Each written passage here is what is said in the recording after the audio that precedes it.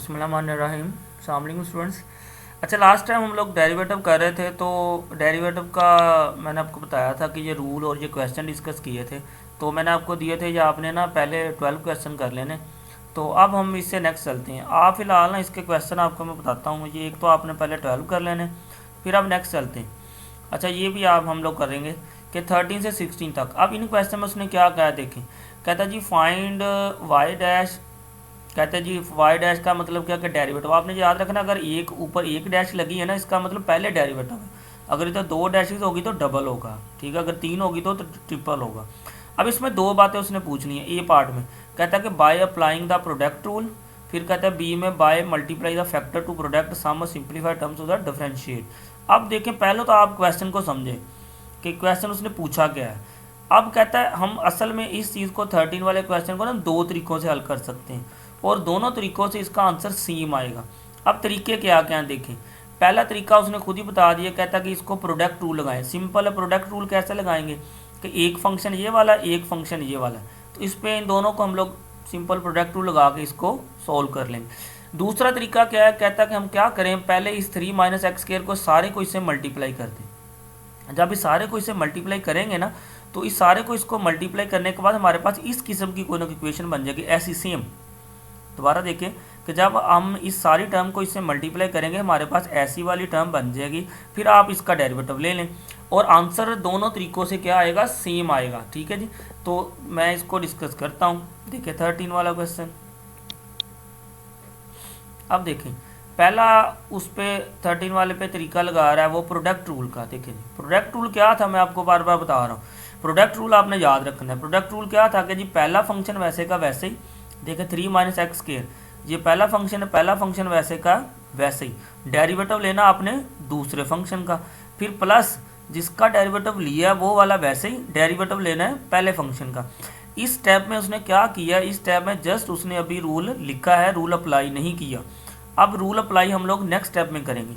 दोबारा सुन लें, product rule होता क्या है कि पहला फंक्शन देखें 3 माइनस एक्स स्क्वायर, पहला फंक्शन वैसे का वैसे ही, डेरिवेटिव लेना है दूसरे फंक्शन का, फिर प्लस जिसका डेरिवेटिव लिया वो वाला वैसे का वैसे, फिर डेरिवेटिव लेना हमने फर्स्ट फंक्शन का, ठीक है जी।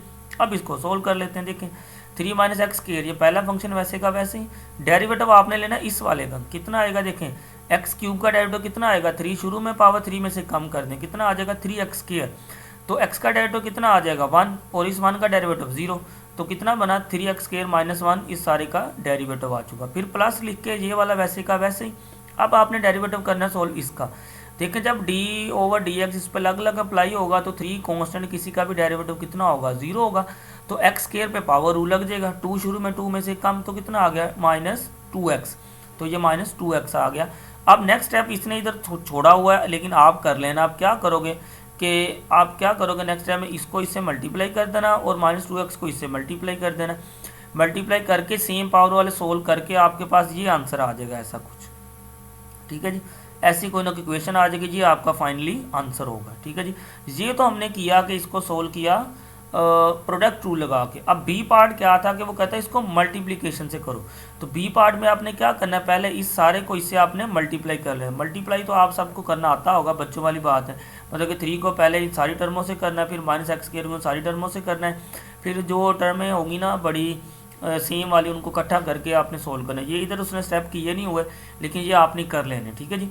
तो इन सब को इनको मल्टीप्लाई करने के बाद हमारे पास ये इक्वेशन आ जाएगी, ये वाली इतनी सारी, ठीक है जी। अब आप इसका डेरिवेटिव ले लें। तो x की पावर 5 है, तो 5 शुरू में आ गया, 5 में से कम करेंगे तो -x की पावर 4 आ गया। ये पावर शुरू में आ गई 3, तो 12 बन गया, 12x स्क्वायर हो गया। x स्क्वायर का डेरिवेटिव -2x हो गया, 3 -3x का डेरिवेटिव -3 होगा, 3 का डेरिवेटिव 0 हो गया, ठीक है जी। अब आप नोट करें, ए पार्ट में इस पे लगाया था प्रोडक्ट रूल, तब भी यही आंसर आया था। बी पार्ट में इन दोनों को मल्टीप्लाई करके फिर डेरिवेटिव लिए, फिर भी यही आंसर आया, ठीक है। आंसर मैंने कहा था कि दोनों तरीक़ों से सेम आता है, ठीक है जी। ये बाकी भी इसके हैं, ये अब आपने सेम कर लेना, ठीक है जी। एक तो पहले 12 हो गए इसके क्वेश्चन, पहले 12 के बाद फिर मैंने आपको कहा था आपने इसके कर लेना 13 से लेकर 16 तक, ये 4 क्वेश्चन कर लेने, ठीक है जी। अब हम लोग नेक्स्ट चलते हैं। नेक्स्ट हम लोग चलते हैं जी। नेक्स्ट में उसने कहा है कि जी find the derivative of the function in exercise. इसके ना आप ऐसा करें, अगर ज़्यादा नहीं करने ना तो ई किन में आ रहा है, 30 तक चले कर लें, ठीक है जी। मतलब कि आप ना ऐसे कर लेंगे जी, एक्सरसाइज जो 3.3 है ना उसके फर्स्ट पहले 30 क्वेश्चन कर लेते हैं, ठीक है जी, कि पहले 30 क्वेश्चन कर लेते हैं। बाकी आपकी प्रैक्टिस ये करने हैं तो आप कर लेना। देखें अब ये वाले हैं ना, इनमें सिंपल क्या हो रहा है, क्वेश्चन रूल ही लग रहा है, तो इनमें क्वेश्चन रूल में अगर आपकी प्रैक्टिस होगी तो फिर आप ये भी कर सकते हो। इसमें सिर्फ प्रैक्टिस आनी चाहिए, क्वेश्चन मैटर नहीं करते। मैं आपको बार बार एक चीज़ कहता हूँ कि क्वेश्चन सोल्व करना कोई काम नहीं है। काम क्या है, काम बेसिक है, उस चीज़ का कंसेप्ट लेना है। अब देखो मैं सिंपल आपको एग्जांपल देता हूँ कि एक बंदा है, उसने कंसेप्ट लिया इसका डेरिवेटिव का, उसको सारे कंसेप्ट क्लियर है। तो अब वो क्या होगा कि दुनिया जहान की जो सी मर्जी बुक ले आए, जिस मर्जी बुक के ऊपर कोई भी डेरिवेटिव का क्वेश्चन होगा वो उसको सोल्व कर लेगा। इसको कहते हैं कंसेप्ट।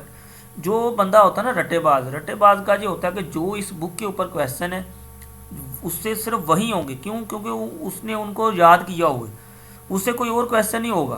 तो इसलिए मैं बार बार कहता हूँ कि क्वेश्चन मैटर नहीं करते, कि मेथड मैटर करता है। और मेरा हमेशा इस चीज़ पे फोकस रहा है कि मेथड आना चाहिए आपको, ठीक है। क्वेश्चन का कोई इशू नहीं है, मेथड आ गया आप सारे क्वेश्चन कर सकते हैं, ठीक है। तो इसके मैं थोड़े से डिस्कस करता हूँ, जितने आपसे हो गए आप कर लेना, बाकी हम लोग मज़ीद कर लेंगे, ठीक है। अब आपको क्लियर नज़र आ रहा है, इस पे जो क्वेश्चन में होगा उस पर क्वेश्चन रूल लगा देना, जो प्रोडक्ट में होगा उस पर प्रोडक्ट रूल लगाई जाना, ऐसे आप कर ही जाना। जैसे 17 वाला है, ये देखें ये क्वेश्चन में भरा हुआ है तो इस पर क्वेश्चन रूल लगेगा। अब क्वेश्चन रूल मैंने आपको बताया था, इसलिए मैं आपको बार बार कहता हूँ कि आपको question rule, derivative rule, product rule ये तभी याद होंगे जब आप इनको बारी बारी इनकी एग्जाम्पल्स करेंगे। तो अब देखें इस पर क्वेश्चन रूल लगाते हैं। क्वेश्चन रूल का मैंने बताया था कि अब ये जो क्वेश्चन रूल मैंने आपको कहा था क्या करना आपने, नीचे जो भी फंक्शन होगा सबसे पहले आपने उसका स्केयर कर लेना, ठीक है। सबसे पहले आपने स्केयर कर लिया, फिर आपको मैंने कहा स्केयर के बगैर आपने ऊपर लिख देना है, जैसे उसने 3x - 2 फिर स्केयर के बगैर ऊपर लिख दिया। अब फिर आपने क्या करना है, डेरिवेटिव लेना ऊपर वाले फंक्शन का। देखें 2x का डेरिवेटिव लिया कितना आ गया 2 आ गया, 5 का डेरिवेटिव कितना होगा 0 हो गया, तो ये उसने 2 साथ लिख दिया, ठीक है। फिर माइनस लगा के मैंने कहा था जिसका डेरिवेटिव लिया फिर आपने वो वैसे लिख देना। डेरिवेटिव हमने लिया 2x + 5 का, तो ये वैसे लिख दिया। अब डेरिवेटिव आपने लेना इस निचले वाले का, निचले वाले का डेरिवेटिव देखें 3x का कितना आ गया 3 आ गया, 2 का डेरिवेटिव 0 हो गया। तो अब इस 3 को इससे मल्टीप्लाई कर दें, 2 को अंदर मल्टीप्लाई कर दिया। अब सेम वाले सोल्व कर लें, 6x और -6x प्लस माइनस कट गए, -4 और -15 -19 हो गई जी, आपका आंसर आ गया। देखिए सिंपल। इसी तरीके इस पर भी आप क्वेश्चन रूल लगा सकते हैं। इसी तरीके से आप 18 वाला भी क्वेश्चन रूल लगा सकते हैं, 20 वाले पे भी क्वेश्चन रूल लगेगा। ये 21 है, इस पे क्वेश्चन रूल कैसे लगेगा, देखें ये -1 है, जब इसको नीचे ले जाएंगे ये पावर प्लस की हो जाएगी, तो ये डिवाइड में आ गया, इस पर आप क्वेश्चन रूल लगा दें। इसी तरीके से 22 वाला इस पर भी क्वेश्चन रूल लग जाएगा। ये 23 वाला है, इस पर भी क्वेश्चन रूल लग जाएगा। इसमें फ़र्क क्या पड़ेगा, देखिए अंडर रूट है, अंडर रूट को आप 1/2 लिख लेना, ठीक है। जैसे उसने देखो किया है कि नीचे वाला का स्केयर के जो बगैर लिख दिया, अब डेरिवेटिव लिया ऊपर वाले का, तो देखिए 1 का तो हो जाएगा 0, सिर्फ हमने s अंडर रूट का डेरिवेटिव लेना। तो s अंडर रूट का डेरिवेटिव क्या होगा, s के ऊपर 1/2 है, तो 1 पावर शुरू में पावर में से कम, 1/2 शुरू में आ जाएगी, 1/2 -1 करेगा वो -1/2 बन जाएगा। जब वो -1/2 नीचे जाएगी वो प्लस का आ जाएगा, ठीक है। तो वो नीचे जाके देखेंगे ना s अंडर रूट लिखा हुआ है, इसका मतलब यही है कि साथ जो -1/2 आई थी नीचे वो जाके प्लस की बन गई, ठीक है। तो ये फिर इसको सोल्व कर लें, ठीक है। इधर तक आप लोग फिलहाल या 22 तक कर लें, तो नेक्स्ट मैं ये अंडर रूट वाली ये बातें ना मैं मज़ीद नेक्स्ट क्लियर कर दूँगा, ठीक है जी। तो ये 22 तक आप ये पिछले मज़ीद कर लें क्वेश्चन। तो बार बार मैं बात मेरी वही है कि आप हर मेथड के हर रूल के क्वेश्चन मैक्सिमम करो, जितनी आप उसकी मैक्सिमम एग्जांपल्स करोगे उतना ही आपको वो अच्छे से क्लियर होगा, ठीक है जी। तो नेक्स्ट हम लोग मज़ीद करेंगे। कल को वो मैंने आपका वो मॉक एग्ज़ाम भी रखा है, उसमें ये होगा कि 10-15 मिनट का थोड़ा सा लेक्चर हो जाएगा, फिर एंड पे वो मैं आपको फ्री कर दूंगा, आप उधर ना मॉक एग्ज़ाम अपना दे लेना, ठीक है जी। ओके जी, अल्लाह हाफ़िज़।